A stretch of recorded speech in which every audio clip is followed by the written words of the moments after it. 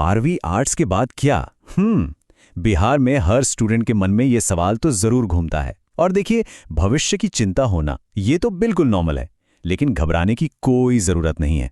आज हम मिलकर इसी बड़े सवाल के जवाब ढूंढेंगे और देखेंगे कि आर्ट्स स्ट्रीम के बाद कितने शानदार रास्ते खुले हुए हैं। तो चलिए सीधा उसी सवाल पर आते हैं जो शायद इस वक्त सबसे ज्यादा परेशान कर रहा है। भाई 12वीं आर्ट्स के बाद सबसे अच्छा कोर्स है कौन सा? देखिए, ये सिर्फ एक सवाल नहीं है, ये अपने आने वाले कल की, अपने भविष्य की नींव रखने जैसा है। और आज हम यहाँ इसी नींव को मजबूत बनाने के लिए बात करने वाले हैं। अब जरा ये स्लाइड देखिए, ये बहुत दिलचस्प है। एक जमाना था जब सब सोचते थे कि आर्ट्स लिया है तो बस या तो टीचर बनोगे या फिर वकील।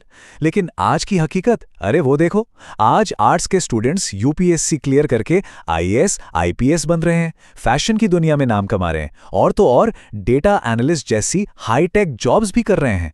मतलब दुनिया पूरी तरह बदल चुकी है। तो आगे क्या क्या होने वाला है उसका एक छोटा सा रोड मैप ये रहा। हम सबसे पहले बिहार बोर्ड के एग्जाम पैटर्न को समझेंगे, जो कि बहुत जरूरी है। फिर हम बात करेंगे हाई सैलरी वाले कोर्सेज की, और साथ ही देखेंगे कि 12वीं के बाद सरकारी नौकरी के क्या मौके हैं। और आखिर में सबसे इंपॉर्टेंट टॉपिक कि भाई अपने लिए सही रास्ता चुने तो चुने कैसे। तो चलिए शुरुआत करते हैं बिल्कुल बेसिक से।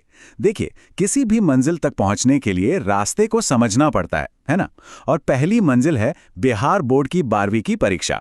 तो सबसे पहले आइए इसके पैटर्न को ही डिकोड करते हैं। स्क्रीन पर जो आप देख रहे हैं ये कोई ऐसा वैसा कागज नहीं है, ये बिहार विद्यालय परीक्षा समिति का जारी किया हुआ ऑफिशियल एग्जाम रूटीन है। ये हमें बताता है कि तैयारी को सही दिशा कैसे देनी है और कब किस एग्जाम के लिए पूरी तरह से तैयार रहना है। अच्छा, बिहार बोर्ड में आर्ट्स के सब्जेक्ट्स चुनना बड़ा ही सिंपल है। इसे आप 2+3 फॉर्मूले से समझ सकते हैं। मतलब 2 भाषा के सब्जेक्ट्स जैसे कि हिंदी और इंग्लिश, ये तो कंपलसरी हैं, लेने ही पड़ेंगे। और इनके साथ अपनी पसंद के कोई भी 3 मेन सब्जेक्ट्स जैसे हिस्ट्री, ज्योग्राफी, पॉलिटिकल साइंस, कुछ भी चुना जा सकता है। अब जरा पेपर के पैटर्न पर नजर डालते हैं। ये 100 नंबर वाले थ्योरी पेपर का ब्रेकडाउन है। सेक्शन ए में 100 ऑब्जेक्टिव सवाल होंगे, लेकिन करने सिर्फ 50 हैं, आधे। सेक्शन बी में 30 छोटे सवालों में से कोई भी 15 करने हैं, और सेक्शन सी में 8 लंबे सवालों में से कोई भी 4। मतलब साफ है, बोर्ड आपको हर सेक्शन में भरपूर चॉइस दे रहा है। तो वो सवाल जिसका सबको इंतजार रहता है, पास होने के लिए कितने नंबर चाहिए? देखिए, जिन सब्जेक्ट्स में प्रैक्टिकल नहीं हैं उनमें 100 में से सिर्फ 30 नंबर लाने हैं, और जिनमें प्रैक्टिकल है जैसे ज्योग्राफी, तो उसमें 70 नंबर के थ्योरी में कम से कम 21 और 30 नंबर के प्रैक्टिकल में कम से कम 12, यानी टोटल हुए 33 नंबर। सिंपल है। चलिए, एग्जाम की बात तो हो गई, अब थोड़ा आगे की सोचते हैं। बात करते हैं उन टॉप कोर्सेज की जो 12वीं के बाद ना सिर्फ एक शानदार करियर बनाते हैं, बल्कि हाई सैलरी का रास्ता भी खोलते हैं।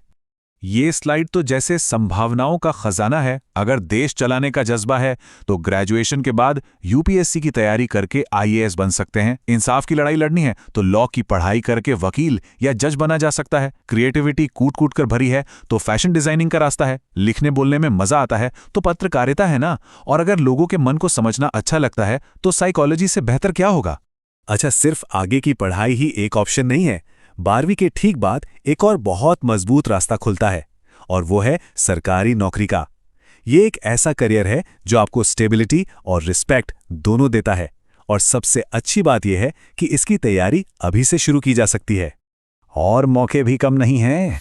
12वीं पास के लिए एसएससी सीएचएसएल के जरिए क्लर्क या डेटा एंट्री ऑपरेटर बन सकते हैं। रेलवे में ग्रुप डी की नौकरियां निकलती हैं। देश सेवा का जज्बा है तो इंडियन आर्मी में अग्निवीर का रास्ता हमेशा खुला है। और इनके अलावा स्टेट पुलिस में कांस्टेबल और इंडिया पोस्ट में भी बहुत अच्छे मौके होते हैं। इन नौकरियों में अगर शुरुआती सैलरी की बात करें तो वो करीब करीब 18,000 से 35,000 रुपए महीने तक हो सकती है। लेकिन असली बात यह है कि सरकारी नौकरी में ये तो बस शुरुआत है। एक्सपीरियंस और प्रमोशन के साथ सैलरी और सम्मान दोनों लगातार बढ़ते जाते हैं। तो हमने इतने सारे ऑप्शंस की बात कर ली, कोर्स, नौकरी, सब कुछ देख लिया। लेकिन अब आता है सबसे बड़ा सवाल, इतने सारे रास्तों में से अपने लिए वो एक सही रास्ता कैसे चुने? इसका जवाब कहीं बाहर नहीं बल्कि अपने अंदर ही छिपा है। ये एक लाइन इस पूरी चर्चा का सार है, उसका निचोड़ है, बेस्ट ऑप्शन वो नहीं जो दोस्त कर रहे हैं या जो पड़ोसी बता रहे हैं। बेस्ट ऑप्शन वो है जिसमें आपका दिल लगता हो, आपका इंटरेस्ट हो, क्योंकि याद रखिए, जिस काम में मन लगता है ना, सफलता भी उसी में मिलती है। चलिए एक छोटा सा उदाहरण लेते हैं कि सोचना कैसे है। मान लीजिए हिस्ट्री और ज्योग्राफी में से एक चुनना है, तो फैसला कैसे करें? देखिए, हिस्ट्री का सिलेबस काफी बड़ा है, वहीं ज्योग्राफी का उससे छोटा है। ज्योग्राफी में डायग्राम बनाकर ज्यादा नंबर लाए जा सकते हैं, लेकिन इतिहास में अच्छी राइटिंग स्किल्स होना बहुत जरूरी है। बस इसी तरह से अपनी ताकत और कमजोरी को तौलना है। तो फैसला लेने से पहले बस ये 3 सवाल खुद से पूछने हैं।